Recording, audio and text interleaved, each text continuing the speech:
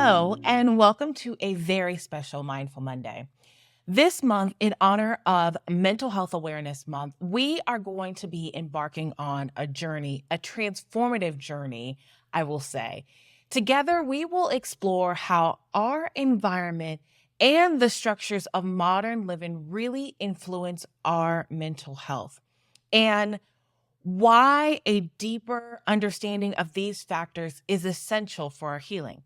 So let's start the conversation that goes way beyond symptoms and to the root of wellness. Hi, I'm your girl, Arika Trinmnell, and welcome to another Mindful Monday. Now, if you know anything about me, which by now you should, I am a huge proponent for mental health and well-being. Now, mental health and spiritual health are not two separate things, but they are actually, let's say, different sides of the same coin, if you will. And you know what? There are millions and millions and millions of people all around the world every single day that face mental health challenges. I am no stranger to mental health challenges, and often, it's viewed through the lens of a disorder such as an anxiety, depression, PTSD. But what if we actually viewed mental health challenges from a larger frame, a larger perspective? That's right. Looking at the context as a whole, not just as the individual, but looking at the greater societal issues and pressures that we all face that manifest as these challenges, disorders, disease, however you want to say it, if you will. So this month, I'm so excited because we are going to dive into how these mental health challenges are often categorized based on the individual and treated clinically based on the individual. And there are not many people who really take into account the deep spiritual component that is tied with mental health challenges. It's frequently and often overlooked. So I want to bring it to the forefront, give you a new perspective, because that's what I'm all about, is changing your perspective or just bringing awareness to this. So considering anxiety, this is often a signal.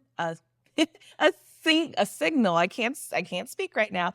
This is often a signal from our bodies that something is out of balance. Something is out of alignment.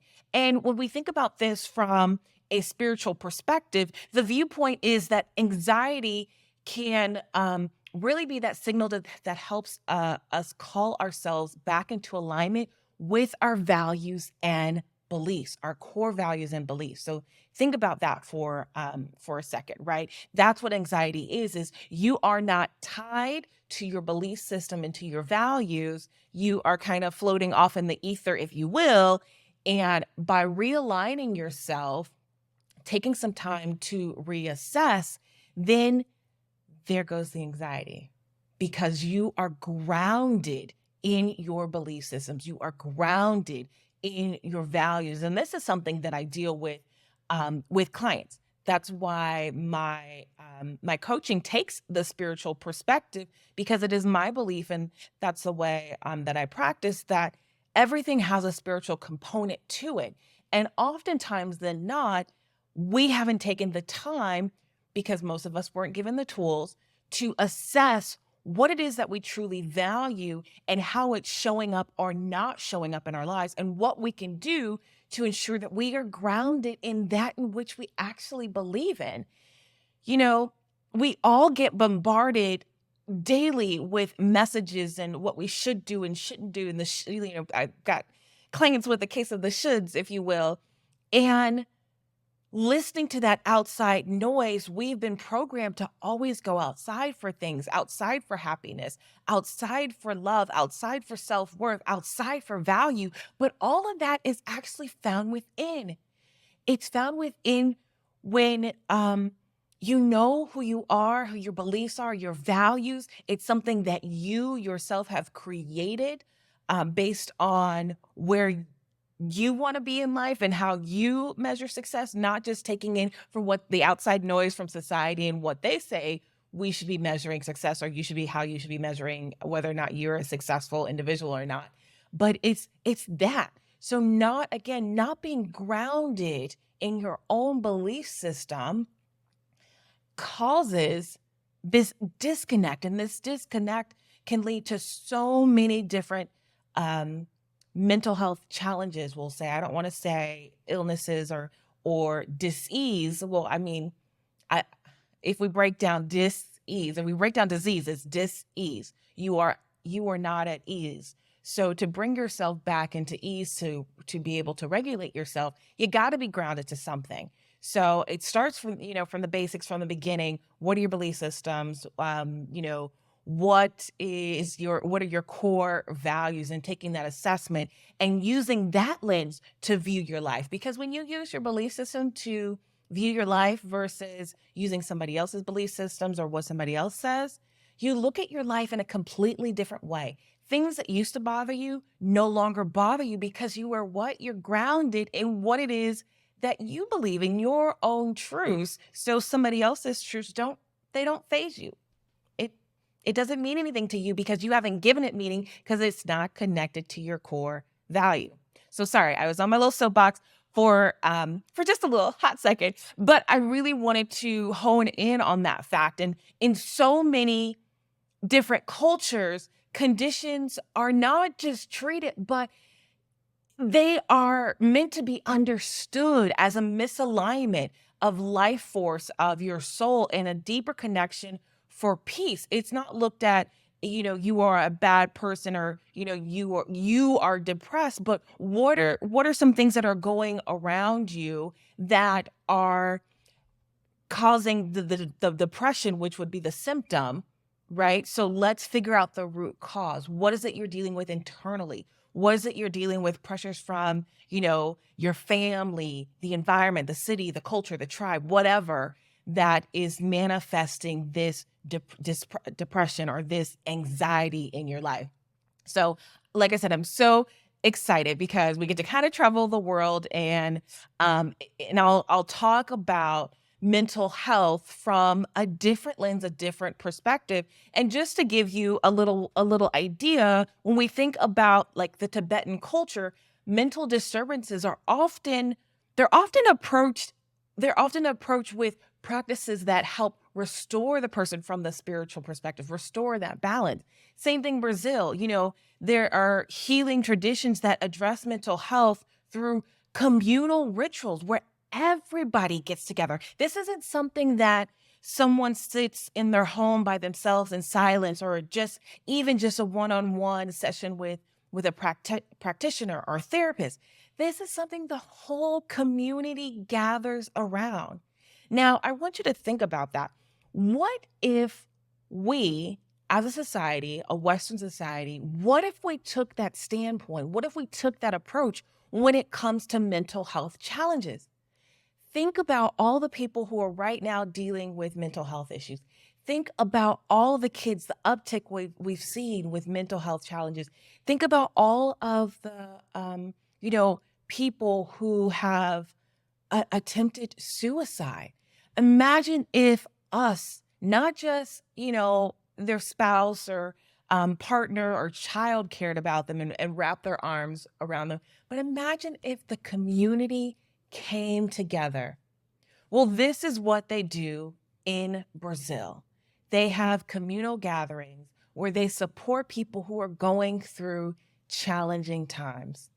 Now, I don't know about you, but in my moments where, I was going through depression or had anxiety, I would have loved to feel that support from a community, people I know and people I don't know, knowing that they care about me as a person. And when one of us succeeds, we all succeed together. And if one of us is hurting, we all are hurting, and taking that approach when it comes to mental health challenges versus, oh yeah, so and so they got ADHD, so leaving them. Or when we do that, when we label people, we're creating that stigma, and we are pathologizing the person without considering the whole context of how this individual started the symptom, which we are calling, a mental health disorder. So my goal this month, and again, you probably can tell, I'm so excited about it.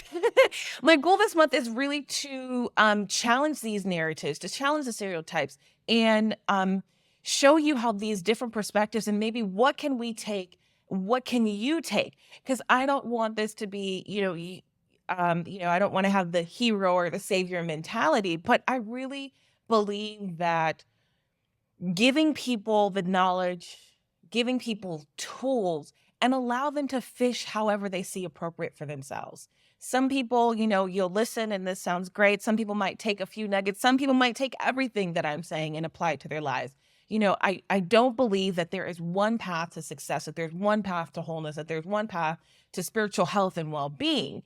But what I like to do is provide you with all the tools that I've been able to uncover. And I love when people share with me other tools and perspective that they themselves have found to be helpful or have helped other people, because we're all on this journey together.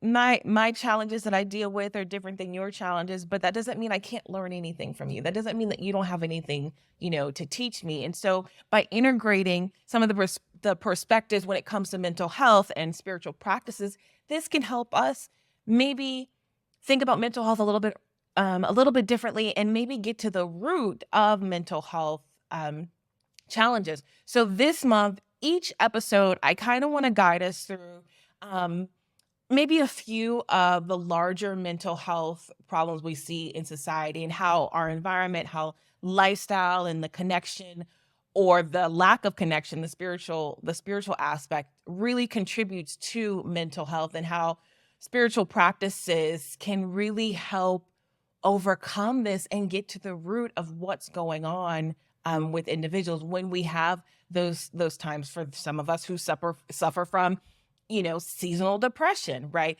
What are some spiritual tools we can do in that moment? And maybe even just having a perspective to know that in some cultures, they don't consider it a bad thing. They actually consider it a beautiful thing, because maybe it's your dark night of the soul, and you're going to have this beautiful awakening on the other side, where you emerge as this beautiful butterfly. And really the goal or the test in that moment is to be still and to endure the uncomfortableness, because on the other side of that uncomfortableness is a transformation that you will never expect.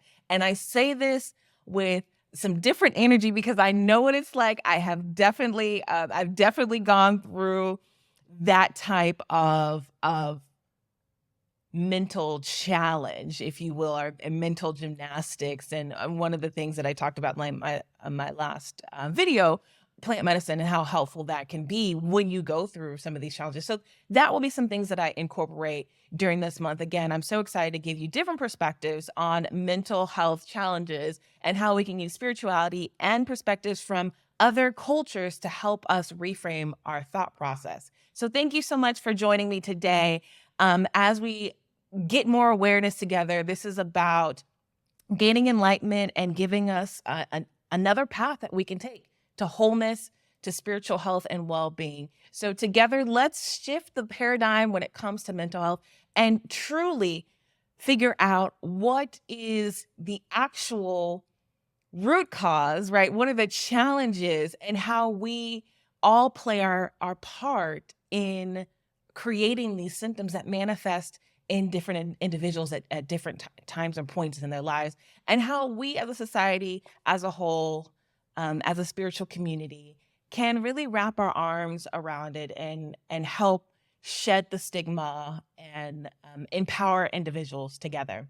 Thank you so much for joining me. Look forward to next week where we dive in. I love ya.